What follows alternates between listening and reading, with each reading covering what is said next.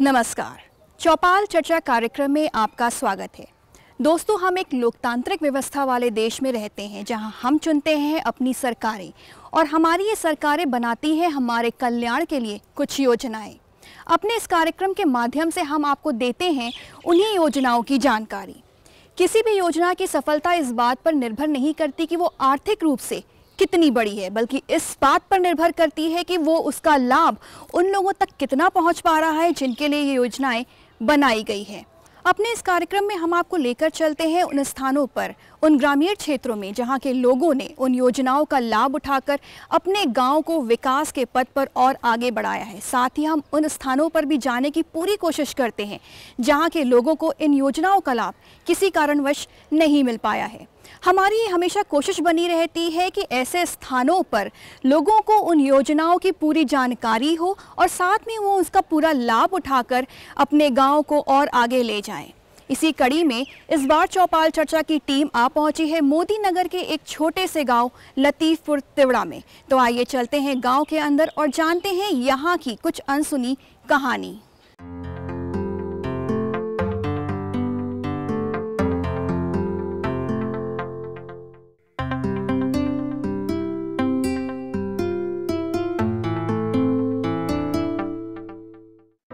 देश की राजधानी दिल्ली से लगभग 50 किलोमीटर की दूरी पर बसा मोदी नगर तहसील के भोजपुर ब्लॉक का एक गांव लतीफपुर तिवड़ा। गांव के लोगों का मुख्य व्यवसाय है कृषि।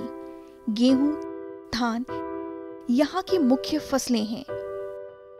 ज्यादातर किसान सिंचाई के लिए ट्यूबवेल पर ही निर्भर करते हैं। गांव की कुल आबादी लगभग 3200 है।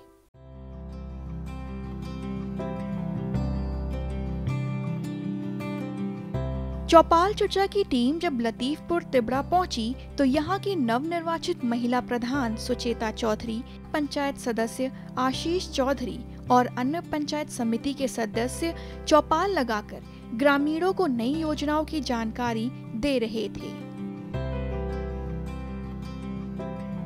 इसके साथ ही वो उनकी समस्याओं का समाधान भी कर रहे थे।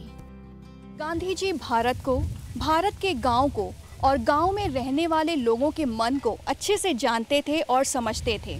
उनका मानना था कि जब तक गांव में रहने वाले लोग अपने विकास से जुड़े फैसले स्वयं नहीं लेंगे तब तक गांव में समृद्धि नहीं आएगी। गांधी जी के ग्राम विकास के सपने को पूरा करता है पंचायती राज व्यवस्था, और इस पंचायती राज व्यवस्था की एक बहुत ही महत्वपूर्ण कड़ी होती है गांव में लगने वाली चौपालें, क्योंकि इन्हीं चौपालों पर फैसले लिए जाते हैं गांव के विकास से जुड़े हुए। तो आइए चलते हैं गांव लतीफपुर तिवड़ा की चौपाल पर और देखते हैं कि कौन सा विषय चर्चा का मुद्दा बना हुआ है। प्रधान जी, इसमें जो है मच्छर बहुत हो रहे गाँव में, उसके बारे में क्या प्रभाव? मैं भी देखता हूं कि आए दिन मच्छरों की वजह से और गंदगी की वजह से गांव में बहुत बीमारियां फैल रही हैं। तो इसके तहत मैंने एक मुहिम उठाई है स्वच्छता अभियान के लिए, जिसके हम नालियां साफ़ कर रहे हैं सब मिलके, आप देख भी रहे हैं, और सड़कें साफ़ कर रहे हैं। उसके अलावा मैंने ब्लॉक स्तर पे बात की है, जो हमारे डॉक्टर साहब हैं अशोक जी, उनसे मेरी बात हुई है ब्लॉक भोजपुर में। वो हमें वहाँ से कुछ दवाइयाँ प्रोवाइड कराएँगे विदिन ए वीक और 2 वीक्स का टाइम है। 1 या 2 हफ्ते के अंदर जैसे दवाइयाँ हमारे पास आ जाएंगी तो हम पूरे गांव में दवाइयाँ छिड़कवाएंगे मच्छरों के लिए, और जो और भी कीट पतंगे हैं, कीटनाशक हैं, दवाइयाँ उनको लेके इस तरह की योजना चल रही है कि पूरे गांव में एक मशीन के द्वारा धुआं छुड़वा के और नालियों में उस दवाई को छुड़वा के मच्छरों का नाश किया जा सके। मनोज जी। प्रधान जी, नलकों में बहुत कमी हो रही है। पानी में गंदा का पानी आ रहा है, वायरस आ रहा है। आपने जो सवाल किया है, मैं भी बहुत दुखी हूँ इस चीज़ को देखते हुए कि हमारे गांव का जो पानी स्तर है, पानी लेवल है, वो भी घट रहा है, और जो पानी है वो दूषित हो चुका है। हमारे गांव में जो तालाब की समस्या है पिछले 15 साल से मैं देख रहा हूँ, उसके बारे में कोई सोच नहीं पाया, कुछ कर नहीं पाया है। तो मेरी बहुत सी प्रक्रिया चल रही है, इस बारे में प्रयास कर रहा हूँ कि जल्दी से जल्दी इस तालाब की सफाई करवा पाएँ और पानी की निकासी हम कर पाएँ। जो गंदा पानी है, जो ड्रेनेज वाटर है हमारे घर से जो निकलता है, उसके लिए हम प्रयास कर रहे हैं और प्रयासरत हैं। शासन में मेरी बात हुई है, वो लोग भी मेरा सहयोग कर रहे हैं कि हम इस गंदे पानी को अपने गांव से बाहर निकाल पाएँ और तालाब की सफाई करवा के, उसकी बाउंड्री करवा के, उसमें साफ़ पानी ला के मछली पालन करें, जिससे कि गंदगी का विनाश हो सके। और जो नलों के अंदर पानी गंदा हो गया है, इसके विषय में हमारे गाँव में 3 ट्यूबवेल हैं, जिसका भी कार्य चल रहा है। मैंने माननीय विकास मंत्री जी जो हैं हमारे उत्तर प्रदेश सरकार के आजम खान जी, उनको पत्र लिखा है कि हमारे यहाँ पे पेयजल की व्यवस्था की जाए और पानी की टंकी का निर्माण हो। तो इस विषय में हम काफ़ी अभी आगे जाके आपकी समस्या का समाधान करेंगे। आदरणीय प्रधान जी से पूछना चाहता हूँ कि हमारे गांव में स्वास्थ्य केंद्र तो बन चुका है, लेकिन वहाँ डॉक्टर की सुविधा नहीं है। आप इस बारे में क्या सोच रहे हैं? प्रमोद जी, मैं आपको बताना चाहूँगा, जो आपने अभी मुझे बताया स्वास्थ्य उपकेंद्र के बारे में, हमारे गांव में स्वास्थ्य उपकेंद्र करीब 7 साल पूर्व बना था और आज उसकी स्थिति कुछ ठीक नहीं है, वो जर्जर हो चुका है, टूट चुका है। उसके विषय में मैंने हमारे यहाँ के जो गाजियाबाद के CMO जी हैं अजय अग्रवाल जी, उनको पत्र लिखा है और उनके जवाब की मुझे अभी इंतज़ार है। जैसे उनका जवाब मुझे मिल जाएगा तो हम उसकी स्थिति ठीक करके, और मैं आपको आश्वासन देता हूं कि आने वाले समय में 2 या 3 महीने में वहां पे डॉक्टर के बैठने की व्यवस्था ज़रूर होगी, ऐसा उन्होंने मुझे कहा है। प्रधान जी, हमारे गांव की सड़क बहुत ख़राब हो रही है, जिसमें 5 गांव का रास्ता जाता है, उसके बारे में आपका क्या विचार है? अजय शर्मा जी, जो आपने बात कही है, अभी 4 गाँव को जो रास्ता जोड़ता है हमारे गाँव से होकर गुजरता है, मैं आपको बताना चाहूँगा कि हमने इसके लिए एक पत्र लिखा है माननीय राज्य मंत्री जी रामकिशोर अग्रवाल जी को। उन्होंने हमें आश्वासन दिया है कि आने वाले कुछ समय में इस सड़क को PWD के थ्रू वो बनवाएंगे। तो मैं इंतज़ार कर रहा हूँ कि वो इस सड़क को बनवाएं, अन्यथा इसके लिए फिर हम कोई दूसरा कदम उठाएंगे और कुछ करके टुकड़ों में हम ही इस सड़क को बनवा देंगे, क्योंकि ग्राम पंचायत में इतना धन राशि नहीं होती है कि एक बार में इतनी लंबी सड़क बन पाए। तो मैं आपको आश्वासन देता हूं, अगर वो इस मामले में कुछ नहीं कर पाएंगे प्रदेश सरकार से, तो डेफिनेटली मैं इस सड़क को बनवाऊंगा आने वाले कुछ समय में, कुछ हिस्से को लेके। मैं आपसे ये पूछना चाह रहा हूँ, समस्याएं तो बहुत सारी हैं, लेकिन और हम जानते भी हैं कि आप लोग प्रयासरत हैं। जो राशन कार्ड 70% राशन कार्ड बन चुके हैं, उनका कार्य संपूर्ण हो चुका है। बाकी जो 30% राशन कार्ड बनने बाकी हैं, वो कब तक बनेंगे? और हमारे यहाँ जो अभी प्रमोद जी ने कहा कि डॉक्टर की कमी है, साथ ही साथ दवाइयों का भी बहुत कोई अभाव है, कोई व्यवस्था ही नहीं है। शहर नज़दीक होते हुए भी दवाइयाँ बहुत महंगी मिलती है। गांव के कुछ गरीब जो लोग हैं, उनके लिए बड़ी दिक्कत आ रही है। उस बारे में आप कुछ प्रयास करिए और इसमें सुचेता जो नवनिर्वाचित प्रधान है वो जवाब दें, और सदस्य पंचायत जो हैं, आप क्षेत्र पंचायत सदस्य, आप अपने कार्य में जो आपके उसमें है अंडर में कार्ड का, उसके बारे में आप जवाब दें। अजय भैया, जैसा कि आपने सवाल पूछा दवाइयों को लेकर, तो मैं आपको बताना चाहूँगी, हमारे भोजपुर ब्लॉक में सामुदायिक केंद्र है, जहाँ पर जाकर आप अपनी बीमारी भी बता सकते हैं, वहाँ से हाथों हाथ डॉक्टर को दिखाकर दवा भी ले सकते हैं। वहाँ 1 रुपये की पर्ची बनती है आपकी डिटेल लेकर। सारी फैसिलिटी आपको बाकी जानकारी वहाँ जाके और भी मालूम पड़ जाएगी कि किस किस तरह की सुविधाएं वो लोग दे रहे हैं। मैंने यहाँ तक सुना है कि कुत्ते काटने की दवा भी वहाँ फ्री दी जाती है। तो मेरा आपसे यही अनुरोध है कि एक बार जाके आप वहाँ जानकारी लीजिए। अजय जी, मैं आपको बताना चाहूँगा, जो आपने अभी बात कही राशन कार्ड की, कि 70% राशन कार्ड जो हैं मैं बनवा चुका हूं और बाकी 30% राशन कार्ड बने अभी बचे हुए हैं जो नहीं बने हैं। उस विषय में आपको बताना चाहूँगा कि हमारे गांव में एक सबसे बड़ी प्रॉब्लम थी। जब मैंने ये कारोबार संभाला और मैं इसमें घुसा, मैंने देखा कि हमारे गांव के जो पॉपुलेशन है उनके पास डॉक्यूमेंट्री पूरी नहीं है, डॉक्यूमेंटेशन नहीं है, उनके पास आधार कार्ड नहीं है, वोटर ID कार्ड नहीं है, या बहुत सारे जो फॉर्मेलिटीज़ होती हैं एक आधार कार्ड बनवाने के लिए और एक वोटर ID कार्ड बनवाने के लिए, एक राशन कार्ड बनवाने के लिए। तो हमारे गांव के जो 30% लोग हैं वो फॉर्मेलिटीज़ पूरी नहीं कर पाई हैं अभी तक। मैं प्रयासरत हूं इस चीज़ में, जिनके पास कोई डॉक्यूमेंट्री नहीं है, जिनके पास कोई ID प्रूफ नहीं है, खुद अपने बिहाफ पे अपनी ज़मानत देके, अपनी ID देके उनके डॉक्यूमेंट्स बनवा रहा हूँ, और डॉक्यूमेंट्स बनवाने के बाद फिर उनके राशन कार्ड भी बनवा रहा हूँ। तो मैं आपको आश्वासन देता हूँ कि आने वाले 2 या 3 महीने के अंदर हो सकता है कि पूरे गांव में हर परिवार के पास अपना खुद का एक राशन कार्ड हो। हमारे घर के पास झोड़ है, झोड़ में गंदगी बहुत है और पानी हमारे कमरे में घुस रहा, उसका कुछ करो।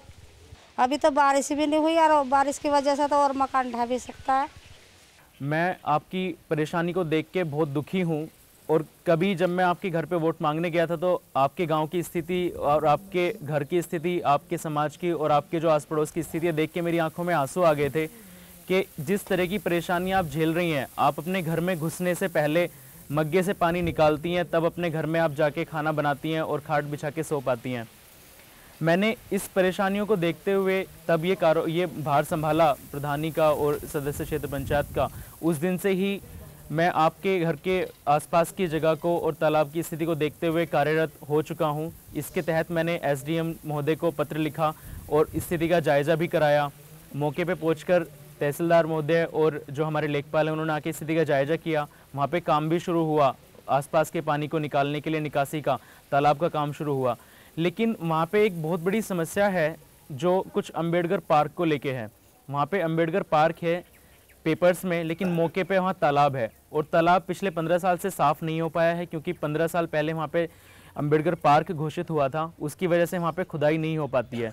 तो तालाब पूरा जर्जर हो चुका है, पूरा इस स्थिति में है कि वो भर गया है, वहाँ से पानी की निकासी नहीं हो पा रही है। आपके घर में पानी भर रहा है, सड़क पे पानी भरा हुआ है और जो पास में खेत हैं उन खेतों में पानी भरा हुआ है, सारी फसल नष्ट हो जा रही है। बहुत गरीब किसान वहाँ पे हैं जिनके खेत हैं, उन्हें परेशानी का सामना करना पड़ रहा है।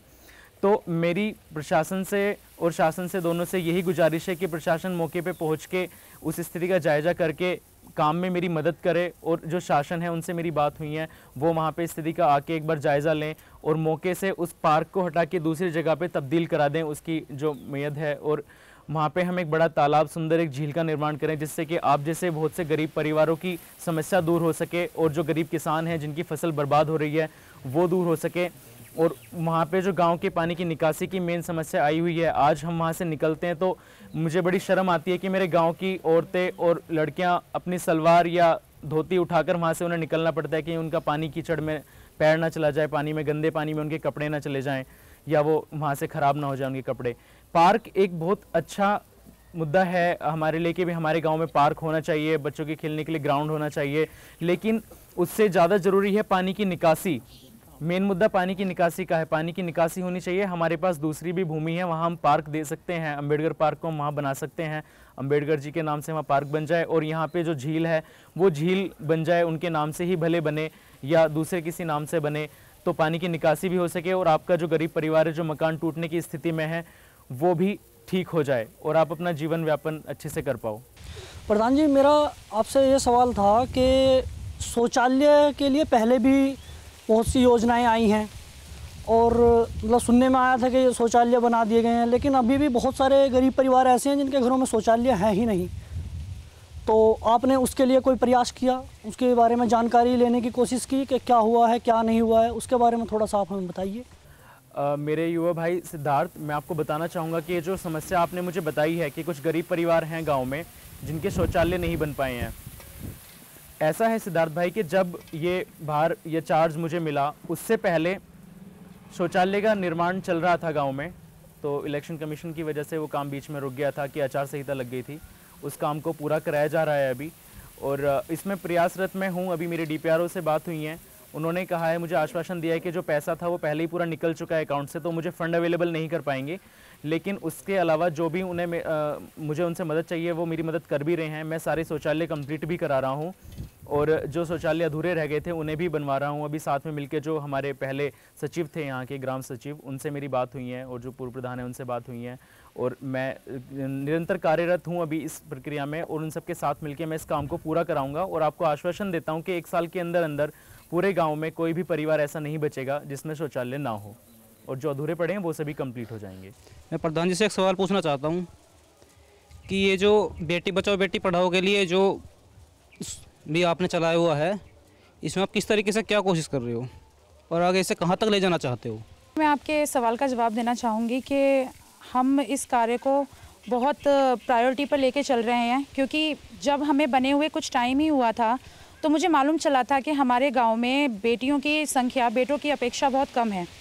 तो मैं नहीं चाहती कि हमारे गांव का नाम किसी भी तरह से गलत लोगों के लिए मोटिवेट बने कि वहाँ पे देखो लड़कियाँ इतनी कम हैं, लड़कों की संख्या इतनी ज़्यादा है, क्या हो रहा है वहाँ। तो मैं उनकी बढ़ोतरी के लिए यही कोशिश कर रही हूँ कि जिस भी घर में लड़की पैदा होगी मैं खुद वहाँ जाऊँगी उन्हें मुबारकबाद देने, जिससे कि और लोगों को भी पता चले कि लड़की पैदा होने से उस घर में लक्ष्मी आती है, उस घर की बरकत होती है, ना कि उस घर में मातम का माहौल होना चाहिए, ना ही वहाँ की जिस औरत ने वो बेटी पैदा की है उसको कोई गलत बातें सुनने को मिलनी चाहिए, बल्कि वहाँ भी उसी हिसाब का माहौल पैदा होना चाहिए जैसे कि एक बेटा होने पे होता है, क्योंकि है तो संतान उसी परिवार की वो भी। और मैं स्कूल में भी बेटियों के लिए सुरक्षा की कोशिश कर रही हूँ। बाउंड्रियाँ ऊंची कराऊंगी स्कूल की सारी, वहाँ के शौचालय अच्छे बनवाए जा रहे हैं और जितनी भी मेरे से सहूलियत ली जाएगी मैं वो उतनी दूंगी लड़कियों की शिक्षा के लिए और लड़कियों की बढ़ोतरी के लिए अपने गांव में, जिससे कि हमारा नाम जिस पायदान पे नीचे चल रहा है उस पायदान पे ऊंचा हो। कम ना सही, बराबर ना सही, लेकिन इतनी कम लड़कियां हमारे गांव में ना हो जितनी कि आज हैं। मैं आपसे भैया ये पूछ रहा हूँ कि हमारे गांव में नहीं तो दौड़ने का और नहीं खेलने का कोई भी ग्राउंड नहीं है, आपने इसी पे भी कुछ सोचा है? नहीं, आपने बनने से पहले भी यही बात कही थी और अभी तक कुछ हुआ ही नहीं। आज आपको देख के और इस सवाल को देख के मुझे मेरा बचपन याद आ गया। जब मैं आपकी उम्र का था तो यहीं पे एक चौपाल लगी थी, यहीं पे बहुत सारे लोग इकट्ठा हुए थे। मुझे ठीक से याद नहीं है कोई नेताजी यहाँ पे आए थे उस वक्त, मैं आपकी उम्र का ही था। तो मैंने भी उन्हीं से ये क्वेश्चन किया था। मैं भी इन्हीं गलियों में, आपको पता ही है कि खेल कूद के बड़ा हुआ हूँ, मैं भी इन सड़कों पे ही क्रिकेट खेलता था, इन सड़कों पे ही दौड़ता था। मुझे उस वक्त भी ग्राउंड की ज़रूरत लगती थी और आज आप सबके साथ सहयोग से और मेरे बुजुर्गों के आशीर्वाद से मैं इस मुकाम पे पहुँचा हूँ। तो ज़रूर मैं इस विषय में काम कर रहा हूँ और इलेक्शन से पहले भी मैंने आप सबसे एक वादा किया था कि हम आगे बढ़ेंगे और जितनी भी हमारी प्रॉब्लम्स हैं उनका समाधान करेंगे। तो ये जो ग्राउंड वाली बात है ये एक वाकई में बहुत बड़ा चर्चा का विषय है और बहुत बड़ा मुद्दा है कि हमारे जो गांव के प्रतिभागी हैं, जो हमारे गांव के उभरते हुए सितारे हैं, जो खेल कूद में आगे बढ़ रहे हैं, इनाम जीत के लाते हैं, उन्हीं के पास कहीं खेलने कूदने की जगह नहीं है। तो मैं आपको आश्वासन देता हूं कि आने वाले 1 या 1.5 साल के अंदर अंदर मैं गाँव में ग्राउंड की व्यवस्था जरूर कराऊँगा। सनी,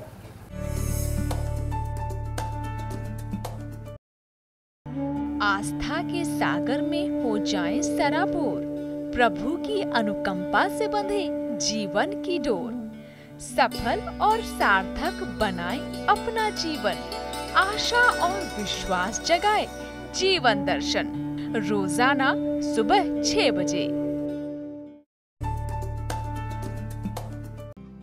चौपाल में हिस्सा लेने वाले सभी ग्रामीण, चाहे स्त्री हो, पुरुष हो या युवा हो, सभी अपने अधिकारों के प्रति जागरूक दिखे।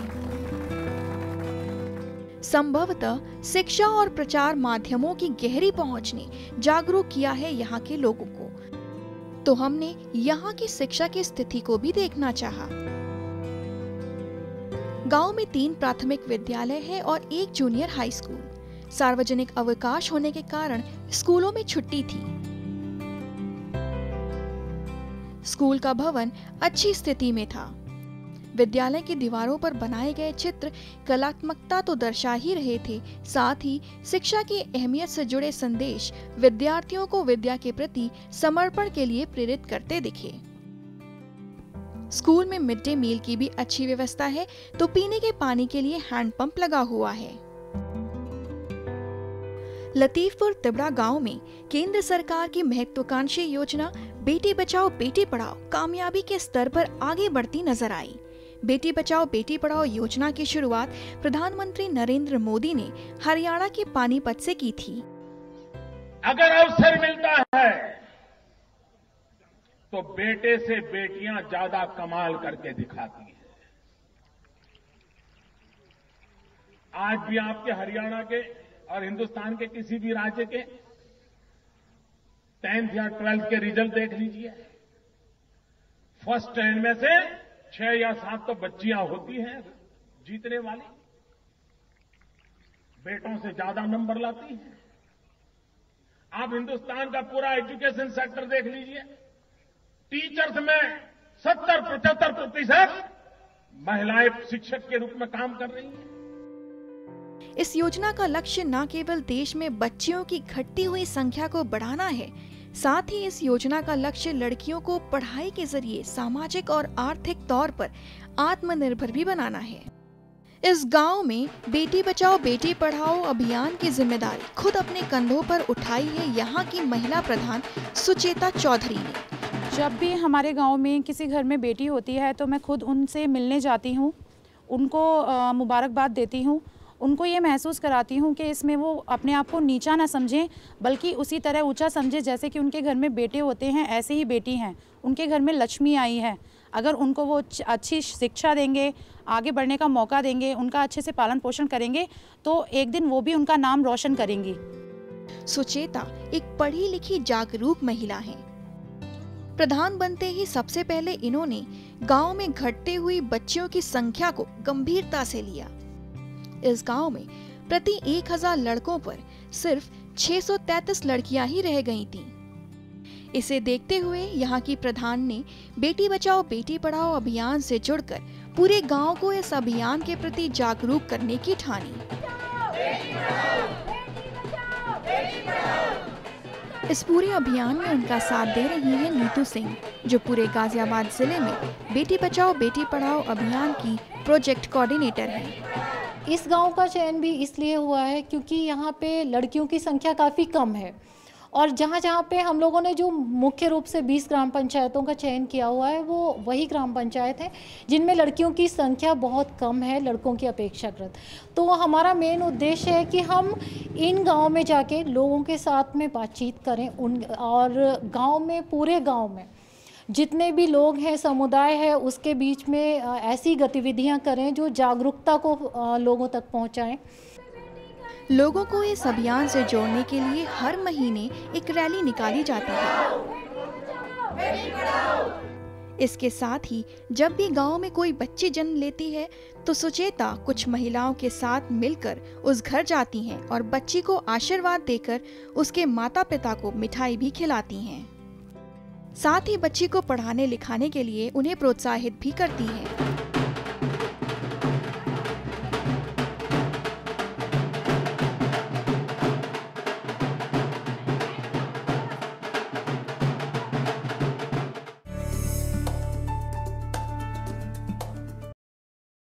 क्या है फसलों का ताजा हाल, कैसे हो इनकी सही देखभाल, बीज और खाद की कैसे हो सही पहचान। जानिए विशेषज्ञों के साथ, देखिए खेत खलिहान। सोमवार से शुक्रवार सुबह 7 बजे दूरदर्शन किसान पर। बेटी बचाओ बेटी पढ़ाओ योजना के अंतर्गत ही सुकन्या समृद्धि खाता खोलने की सुविधा सरकार की ओर से दी जा रही है। ये एक बैंक खाता है जो 10 साल से कम उम्र की बेटियों के लिए शुरू किया गया है। ये वो कड़ी है जो कन्या के भविष्य को सुरक्षित करती है। सुकन्या समृद्धि खाते की विशेष सुविधा ये है कि इस खाते पर 9.1 वार्षिक चक्रवर्ती ब्याज दिया जाता है। गांव की कुछ बच्चियों ने इस अभियान से जुड़ी एक कविता भी हमें सुनाई। रोकर कहे अजन्मी बेटी मुझे न मारो माता, मेरे साथ तुम्हारा क्या अब शेष न कोई नाता। भूल हुई क्या मुझसे जननी जो तू इतनी रूठी, बांध रखी मन में तुमने क्या दुविधा झूठी। माँ मैं अंश तुम्हारी हूँ, जीने दो मुझे न मारो, मुझे बढ़ने दो माँ प्यार करो पुचकारो। धड़क रहा है दिल डर से मेरा, भय से कांप रही हूँ, अपनी लुटती मिटती जीवन रेखा नाप रही हूँ। मुझे राह दे दो जीवन की, दे दो तनिक सहारा, हुआ जमाना आज अजन्मी बेटी का हत्यारा। बेटों को सब दे देना मैं तुमसे कुछ न लूंगी, किरण कल्पना पढ़ती भाषा भारत को गौरव दूंगी। बुझे न मेरा जीवन दीपक होने दो उजियारा, हुआ जमाना आज अजन्मी बेटी को हत्यारा। हुआ जमाना आज अजन्मी बेटी का हत्यारा। जो देगी तू खा लूंगी, जो देगी तू पी लूंगी, खेल खिलौने गुड्डे गुड़िया के बिन जी लूंगी। किंतु मुझे न मारो सुन लो मेरी विनती, चाहे मुझे न गिनना जब होगी बेटों की गिनती। अपना जीवन दान मांगते मैंने हाथ पसारा, हुआ जमाना आज अजनबी बेटी का हत्यारा। हुआ जमाना आज अजनबी बेटी का हत्यारा। धन्यवाद। इसके बाद टीम ने गांव में स्वच्छता की स्थिति का जायजा लिया। गांव की लगभग हर गली में पक्की सड़कों का निर्माण हुआ था। इससे लोगों को बरसात में जल भराव की समस्या का सामना नहीं करना पड़ता। सड़कों के साथ साथ पक्की नालियों का निर्माण भी हुआ था पूरे गांव में। गांव के लोगों को स्वच्छ साफ सुथरा पीने का पानी मुहैया हो, इसके लिए पूरे गांव में हैंडपंप भी लगे हुए हैं। इस गांव में स्वच्छता के प्रति लोगों को जागरूक करने का बीड़ा उठाया है यहाँ के जिला पंचायत सदस्य आशीष चौधरी ने। युवा आशीष बीडीसी सदस्य होने के साथ साथ प्रधान पति भी हैं, जिससे इनके कंधों पर जिम्मेदारी और बढ़ गई है। ये भी अपनी सभी जिम्मेदारियों को बढ़ चढ़कर निभा रहे हैं। युवा बीडीसी मेंबर गांव के अन्य युवाओं के साथ मिलकर ग्रामीणों को स्वच्छता के प्रति जागरूक कर रहे हैं। स्वच्छ रखेंगे अपना गांव, स्वच्छ रखेंगे अपना गांव, स्वच्छ रखेंगे अपना गांव, स्वच्छ रखेंगे अपना गांव। इसके लिए वो हर महीने के पहले रविवार को लोगों को स्वच्छता के महत्व समझाने के लिए नुक्कड़ नाटकों का सहारा लेते हैं। साथ ही साथ पूरे गांव में रैली भी निकालते हैं।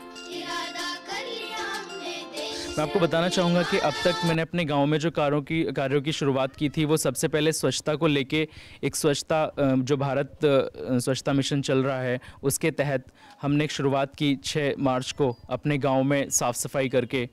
और उसके बाद जो मेरी वाइफ हैं ग्राम प्रधान मौजूदा सुचेता सिंह, उन्होंने एक शुरुआत की बेटी बचाओ बेटी पढ़ाओ आंदोलन को लेके रैलियां हमने निकाली। पिछले 3 महीनों में 3 रैलियां हम तक निकाल चुके हैं, जिसमें हमारे गांव वासियों का और हमारे जो अधिकारी हैं हमारे ऊपर, उनका काफ़ी हमें सहयोग मिला है और हम इसमें थोड़ा आगे बढ़ रहे हैं। अपने गांव की तस्वीर बदलने के लिए आशीष ने खुद झाड़ू उठाकर पूरे गांव को स्वच्छ करने की ठानी। इसमें उनका साथ दिया गांव के अन्य युवाओं ने। 6 मार्च पहले हमने वो करा था, इसका आंदोलन उठाया था, उसके बाद लग रहे हैं और आगे भी लगे रहेंगे। हम सभी को प्रेरणा हमारे देश के प्रधानमंत्री माननीय नरेंद्र मोदी जी से मिली, जब वे अपने हाथों में झाड़ू उठा करके अपने देश को स्वच्छ बनाने का प्रयास कर सकते हैं, तो हम लोग पूरा गांव और हमारे गांव के प्रधान श्रीमती सुचेता सिंह जी क्यों इस काम को नहीं कर सकते। स्वच्छता हमारे जीवन में बहुत ज़रूरी है मैडम। सबसे पहले तो हमें अपने घर पड़ोस और फिर आसपास की सफाई पर विशेष ध्यान देना चाहिए, क्योंकि अगर स्वच्छता रहेगी तो सबसे पहले हम बीमारी से बहुत दूर रह पाएंगे। कुछ महीने पहले तक तस्वीर बिल्कुल अलग थी। हर तरफ गंदगी, अस्वच्छता रहती थी, लेकिन अब स्थितियां बिल्कुल अलग हैं। आशीष की मेहनत रंग ला रही है और अब गांव साफ और स्वच्छ है। स्वच्छ गांव के साथ साथ गांव के विद्यालयों को भी पूर्ण रूप से स्वच्छ बनाने की मुहिम से जुड़े हुए हैं आशीष। विद्यालय में शौचालय की व्यवस्था अच्छी न होने से छात्र छात्रों को दिक्कतों का सामना करना पड़ता था। इस समस्या को देखते हुए आशीष ने सबसे पहले विद्यालयों में शौचालय की व्यवस्था दुरुस्त कराई, जिससे छात्राओं को दिक्कतों का सामना न करना पड़े। अपने इन्हीं प्रयासों के लिए आशीष को राज्य सरकार की तरफ से पुरस्कृत भी किया गया है।